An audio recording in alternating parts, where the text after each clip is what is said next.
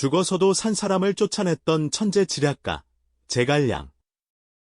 하지만 그가 죽기 직전 남긴 마지막 유언이 별표 사실은 누군가를 죽이기 위한 정교한 별표이었다는 사실을 알고 계십니까? 모두가 그의 죽음을 슬퍼할 때 제갈량은 단 한 사람을 지목하며 소름 끼치는 경고를 남겼습니다. 그 경고가 무시된 순간 촉나라는 멸망의 길로 들어서게 되죠. 대체 제갈량은 죽음 너머 무엇을 보았던 걸까요? 그리고 그가 마지막까지 경계했던 그 인물의 정체는 대체 누구였을까요? 오늘 1800년 동안 숨겨져 온 제갈량의 마지막 설계, 그 소름 돋는 진실을 공개합니다. 때는 서기 234년, 오장원 전투가 한창이던 그때였습니다. 오랜 북벌 전쟁으로 지쳐버린 촉한의 군대는 위나라 대군과 대치하며 교착 상태에 빠져 있었죠. 승패를 가늠하기 어려운 안개 속에서 촉한의 정신적 지주이자 총사령관이었던 제갈량은 병상에 누워 있었습니다. 그의 몸은 이미 한계에 다다른 듯 고통스러워 보였지만 그의 눈빛에는 여전히 촉한의 미래에 대한 깊은 근심이 가득했습니다. 수년간 이어온 북벌의 꿈은 끝내 좌절되고 촉한은 이제 풍전등화와 같은 위기감에 휩싸였죠. 제갈량은 흐려지는 의식 속에서도 마지막 힘을 다해 유선 황제에게 전할 유언을 남겼습니다. 그 유언의 내용은 촉한의 신하들에게 충격과 함께 깊은 의문을 안겨주었습니다. 병상에 누워있던 그가 마지막으로 언급한 이름, 그리고 그 이름과 함께 전한 단호한 경고는 바로 마속은 결코 중용해서는 안 된다는 것이었죠. 이미 죽고 없는 마속을 굳이 언급하며 그것도 황제에게 직접 전하는 유언에 그의 이름을 올린 이유는 과연 무엇이었을까요? 이 한마디는 단순한 인물평을 넘어 무언가 깊은 의미를 내포하고 있는 듯 보였습니다. 제갈량과 마속의 관계는 실로 특별했습니다. 젊은 마속은 뛰어난 재능을 지녔고 특히 병법에 능했기에 제갈량은 그에게 남다른 기대를 걸었습니다. 마치 자신의 후계자를 점찍어 두는 것처럼 마속을 아끼고 가르쳤죠. 지도를 펼쳐놓고 밤늦도록 함께 전략을 논하던 그들의 모습은 촉한의 미래를 밝히는 듯했습니다. 하지만 그 기대는 가정 전투에서 산산조각 나고 말았습니다. 마속은 제갈량의 지시를 어기고 독단적인 판단으로 산 위에 진을 쳤다가 위나라군에 포위되어 대패하는 치명적인 실책을 저질렀죠. 이 패배는 북벌의 중요한 거점을 잃게 만들었고 제갈량의 오랜 꿈에 큰 좌절을 안겨주었습니다. 결국 제갈량은 울면서 마속의 목을 베는 이른바 읍참마속이라는 비극적인 결정을 내릴 수밖에 없었습니다. 그렇게 마속은 역사 속으로 사라졌습니다. 그런데 이상하지 않으신가요? 이미 처형된 인물을, 그것도 죽음을 앞둔 재상이 자신의 마지막 유언에서 다시금 언급하며 중용하지 말라고 단호히 경고한 이유가 말입니다. 단순한 실책 때문에 벌어진 일이라고 하기엔 뭔가 석연치 않은 부분이 남습니다. 어쩌면 제갈량은 마속의 실패 속에서 그의 통치 철학에 근본적으로 어긋나는 어떤 본질적인 문제를 발견했던 것은 아닐까요? 이 의문은 제갈량의 유언을 더욱 미스터리하게 만들며 우리가 그의 마지막 메시지를 깊이 들여다봐야 할 이유가 됩니다. 이 의문은 우리를 다시 마속이라는 인물에게로 이끌어갑니다. 대체 제갈량은 왜 이미 처형된 인물을 두고 마지막 순간까지 그토록 깊은 경고를 남겼을까요? 이 질문의 답을 찾으려면 먼저 제갈량이 마속에게 품었던 남다른 기대와 그들의 특별했던 관계부터 헤아려 봐야 할 것 같습니다. 마속은 단순히 제갈량의 부하 중 한 사람이 아니었습니다. 그는 제갈량의 지략을 가장 잘 이해하고 따랐던 지음지교와도 같았죠.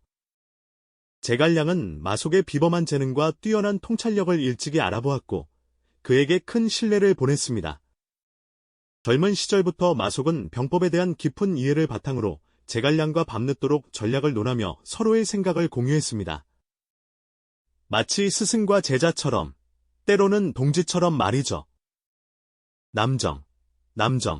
당시에도 제갈량은 마속의 심리전 조언을 받아들여 맹액을 7번 놓아주고 7번 잡는 7종7금의 계책을 성공시켰습니다. 이때 제갈량은 마속을 참으로 탁월한 재능의 소유자라고 극찬하며 그의 능력을 높이 평가했죠. 이처럼 마속은 제갈량의 가장 가까운 참모이자 미래 촉한을 이끌어갈 중요한 인재로 기대를 한몸에 받았습니다. 제갈량은 아마도 마속에게서 자신의 뒤를 이어 촉한의 대업을 완성할 가능성을 보았을지도 모릅니다. 하지만 그 모든 기대는 가정 전투에서 비극적으로 무너지고 말았습니다. 북벌의 성공을 좌우할 전략적 요충지, 가정을 지키는 중책을 마속에게 맡겼을 때 제갈량의 마음에는 분명 큰 믿음이 있었을 겁니다. 그러나 마속은 제갈량의 신신당부와는 달리 자신의 병법 지식을 맹신하여 산 위에 진을 치는 치명적인 실수를 저질렀습니다. 병가에서 산 위에 진을 치는 것을 얼마나 위험한 일로 경고하는지 그 기본조차 무시한 판단이었죠. 결국 위나라 장수장합의 계략에 휘말려 물길이 끊기고 포위당하며 촉한군은 대패하고 말았습니다. 이 패배로 인해 북벌은 중대한 차질을 빚게 되었고 제갈량의 오랜 꿈은 한순간에 물거품이 될 위기에 처했습니다. 전략적 안목의 부재와 오만한 판단이 불러온 참사였죠. 제갈량은 고뇌 끝에 정해진 군율에 따라 마속의 목을 베어야만 했습니다. 읍참 마속이라는 고사성어가 오늘날까지 회자되는 이유이기도 합니다. 사랑하는 인재를 자신의 손으로 처단해야 했던 제갈량의 마음은 얼마나 찢어지는 듯 아팠을까요? 그 비통함 속에서도 그는 국가의 기강을 바로 세우기 위해 사사로운 정을 끊어내는 고통스러운 결단을 내렸습니다. 그렇게 마속은 역사 속에서 사라진 듯 보였습니다. 그런데 이상하게도 제갈량은 죽음을 앞둔 순간 다시금 마속을 언급하며 그를 중용하지 말라고 유언으로 남겼습니다. 이미 목숨으로 죄를 갚은 인물을 왜 굳이 자신의 마지막 말에 다시 불러냈을까요? 단순히 가정 전투에서의 실책 때문이었다면 이미 처형으로 충분한 대가를 치렀다고 볼 수 있습니다. 그렇다면 제갈량은 마속의 실패 속에서 단순히 전략적 오류를 넘어 그의 통치 철학에 근본적으로 어긋나는 어떤 본질적인 문제를 발견했던 것은 아닐까요? 어쩌면 마속은 뛰어난 지략을 가졌음에도 불구하고 대의를 위한 희생과 겸손함, 그리고 민심을 헤아리는 지도자의 덕목이 부족했던 것은 아닐까 하는 의문이 듭니다. 제갈량은 개인의 영웅적 판단보다는 조직의 안정과 백성의 안위를 최우선으로 생각하는 통치자였습니다. 하지만 마속은 자신의 재능을 과신하고 위험을 감수하더라도 단번에 큰 공을 세우려 했던 기질이 강했습니다. 이러한 기질은 단기적인 성공을 가져올 수는 있어도 장기적으로는 국가의 근간을 흔들 수 있는 위험한 요소가 될 수 있다고 제갈량은 판단했을지도 모릅니다. 한 번의 실패로 끝날 문제가 아니라 그의 본질적인 성향이 언제든 다시 촉한을 위태롭게 할 수 있다고 보았던 것이죠. 제갈량의 유언은 마속 개인에 대한 평가를 넘어 지도자가 경계해야 할 자질과 국가의 미래에 대한 깊은 통찰을 담고 있었던 겁니다. 제갈량의 유언은 마속 개인에 대한 평가를 넘어 지도자가 경계해야 할 자질과 국가의 미래에 대한 깊은 통찰을 담고 있었던 겁니다. 그렇다면 이 깊은 통찰과 경고는 과연 누구를 향한 것이었을까요? 단순히 한 명의 장수를 쓰지 말라는 지시를 넘어 제갈량의 유언은 사실상 촉한의 미래를 짊어질 후계자, 유선을 향한 마지막 가르침이자 경고였다고 볼 수 있습니다. 점고 경험이 부족했던 유선 황제가 인재를 보는 안목을 기르고 권력의 속성을 이해하며 국가의 근간을 흔들 수 있는 위험 요소를 미리 파악하도록 돕기 위한 심오한 충고였던 것이죠. 제갈량은 마속의 재능은 인정했지만 그 재능이 때로는 오만과 독선으로 변질될 수 있음을 꿰뚫어 보았습니다. 유선이 이러한 인물을 등용하고 판단할 때 단순히 겉으로 드러나는 능력이 아니라 그 내면의 성향과 충성심, 그리고 무엇보다 국가의 안위를 우선하는 진정한 덕목을 헤아릴 줄 알아야 한다는 점을 일깨워주려 했던 겁니다. 마치 겉은 번지르르하지만 속은 썩어가는 과일처럼 화려한 언변과 단기적인 성과에 현혹되지 말라는 무언의 메시지를 담고 있었던 건 아닐까요? 더 나아가 제갈량은 권력의 주변을 맴도는 수많은 간신과 아첨꾼들의 존재를 익히 알고 있었습니다. 유선의 통치 기간 동안 이러한 인물들이 황제의 판단을 흐리게 하고 국가의 중요한 정책 결정에 악영향을 미칠 수 있다는 점을 미리 경고하고 싶었을 겁니다.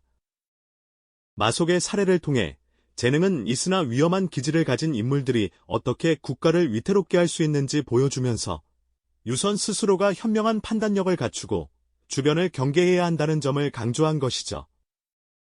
마치 어린 새가 둥지를 떠나기 전 어미 새가 마지막으로 세상의 위험을 알려주듯이 제갈량은 자신의 빈자리를 채울 유선이 겪게 될 고난을 미리 예견하고 그 해답을 제시하려 했던 겁니다.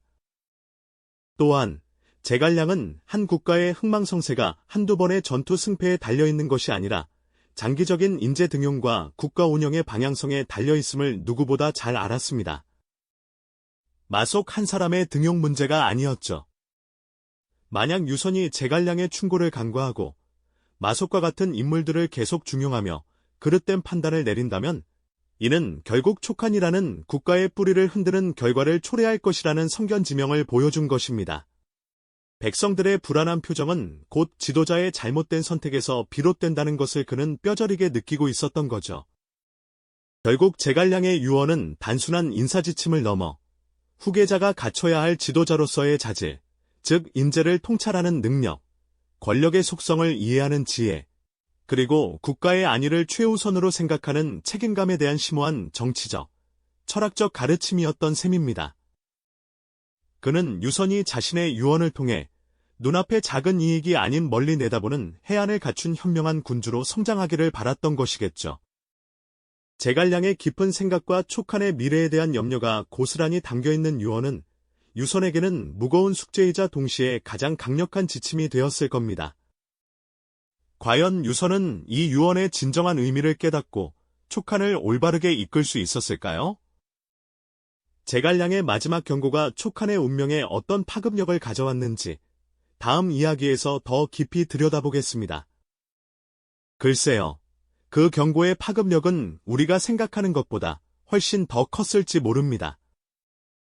촉한의 미래를 향한 제갈량의 염려와 그가 남긴 유언은 과연 유선에게 어떤 의미로 다가왔을까요? 안타깝게도 역사는 유선이 제갈량의 유언에 담긴 심오한 뜻을 온전히 헤아리고 실천했는지에 대해 끊임없이 의문을 던지고 있죠. 제갈량의 눈을 감자마자 촉한의 인재 등용은 마치 톱니바퀴가 어긋나듯 점차 삐걱거리기 시작했습니다. 유언에서 그토록 경계했던 간신들의 노골적인 등장은 아니었을지라도 능력보다는 개인적인 친분에 기반한 인사가 이루어지거나 국가의 명운이 달린 중요한 직책에 부적합한 인물이 앉는 경우가 빈번하게 발생하기 시작한 겁니다. 이러한 인사 문제들은 국가의 기강을 서서히 무너뜨리고 내부 결속력을 약화시키며 결국에는 촉한의 국력을 갉아먹는 치명적인 결과를 초래했습니다. 후대의 수많은 역사가들은 제갈량의 유언이 마치 한편의 비극적인 예언처럼 촉한의 미래를 정확히 꿰뚫어 보았다고 평가하고 있습니다. 동시에 그들은 유선이 제갈량의 유언에 담긴 진정한 의미, 즉 사람을 꿰뚫어 보는 통찰력과 권력을 견제하며 국가의 근간을 튼튼히 다지는 지혜를 충분히 깨닫지 못했음을 날카롭게 지적하기도 하죠. 유언은 분명한 경고이자 강력한 지침이었지만 그 경고를 받아들이는 리더의 역량과 이해도에 따라 결과는 하늘과 땅 차이였던 겁니다. 과연 유선은 제갈량의 유언대로 인재 등용을 추진했을까요? 어쩌면 유선은 제갈량의 유언을 단순히 특정 인물들을 배제하라는 지시 정도로만 받아들였을지도 모릅니다. 하지만 제갈량의 진정한 의도는 특정 개인을 넘어 인재를 알아보는 깊은 통찰력과 국가의 위기를 감지하고 미리 대비하는 예지력을 군주가 스스로 갖추라는 훨씬 더 크고 본질적인 메시지였을 겁니다. 유선은 그 유언의 깊이와 무게를 미처 헤아리지 못하고 피상적인 이해에 머물렀던 것은 아닐까요? 이 점은 오늘날까지도 역사가들 사이에서 끊임없는 논쟁의 대상이 되고 있습니다. 제갈량의 유언은 비단 2000년 전 삼국시대 촉한의 이야기로만 그치지 않습니다. 오늘날 우리 사회에서도 리더십의 본질과 인재 등용의 중요성을 끊임없이 상기시켜주는 시대를 초월한 살아있는 교훈이 되고 있죠. 한 조직이나 국가를 이끄는 리더에게 사람을 제대로 보고 그들의 잠재력과 한계를 파악하며 가장 적합한 자리에 배치하는 능력은 성공적인 운영을 위한 핵심 열쇠가 아니겠습니까? 잘못된 인사는 조직 전체를 병들게 하고 결국에는 존립 자체를 위협할 수도 있다는 준엄한 경고를 우리는 제갈량의 유언에서 다시금 깨닫게 됩니다. 이야기의 정점에 서서 다시 한번 되짚어보면 제갈량의 유언은 단순히 마속을 쓰지 말라는 개인적인 경고를 아득히 넘어선다는 것을 알 수 있습니다. 그것은 촉한의 미래를 꿰뚫어본 제갈량의 마지막 정치적 유산이었죠. 마치 거대한 빙산의 일각처럼 유언에서 직접적으로 언급된 한두 명의 인물 뒤에는 지도자가 반드시 경계해야 할 인간 본성과 권력의 속성에 대한 처절하고도 냉철한 통찰이 숨어 있었던 겁니다. 그가 남긴 마지막 한마디에는 국가의 존망을 가를 수 있는 예리한 지혜가 담겨 있었던 것이죠. 만약 유선이 제갈량의 유언에 담긴 깊이를 제대로 이해하고 그 가르침을 철저히 실천했더라면 과연 촉한의 운명은 지금 우리가 아는 역사와는 전혀 다른 방향으로 흘러갔을 수도 있지 않았을까요? 이 강렬한 질문은 우리에게 깊은 사색의 시간을 안겨줍니다. 한 리더의 판단과 그 판단을 뒷받침하는 통찰력과 지혜가 얼마나 막중한 무게를 가지며 역사와 미래를 좌우할 수 있는지 다시금 깨닫게 되는 순간이죠. 제갈량의 마지막 한마디는 단순한 조언이 아니었습니다. 그것은 한 국가의 흥망성쇠를 좌우할 수 있는 비수와 같은 경고이자 미래를 내다본 선지자의 절규와도 같았을 겁니다. 2000년 전 제갈량의 유언은 비록 먼 옛날의 이야기처럼 들릴지 모르지만 오늘날에도 여전히 유효한 리더십과 인재 등용, 그리고 국가 운영의 본질적인 질문들을 우리에게 던져주고 있습니다. 우리는 제갈량의 마지막 경고에서 과연 무엇을 배우고 우리 시대의 현실에 어떻게 적용하며 더 나은 미래를 만들어가야 할까요? 지도자의 한마디, 특히 마지막 한마디가 얼마나 큰 무게를 가지며 한 시대의 역사와 미래를 좌우할 수 있는지 우리는 제갈량의 유언을 통해 다시 한번 깊이 사색하게 됩니다. 제갈량의 유언이 단순한 역사의 한 페이지를 넘어 오늘날 우리 사회의 리더들에게 던지는 메시지는 무엇일까요? 다음 이야기에서는 제갈량의 또 다른 전략적 판단들을 통해 그의 지혜를 더 깊이 탐구해보는 시간을 가져보겠습니다. 이 영상이 도움이 되셨다면 좋아요와 구독 부탁드립니다. 여러분의 응원이 제게 큰 힘이 됩니다. 다음 영상에서도 더 유용한 정보를 공유하겠습니다. 감사합니다.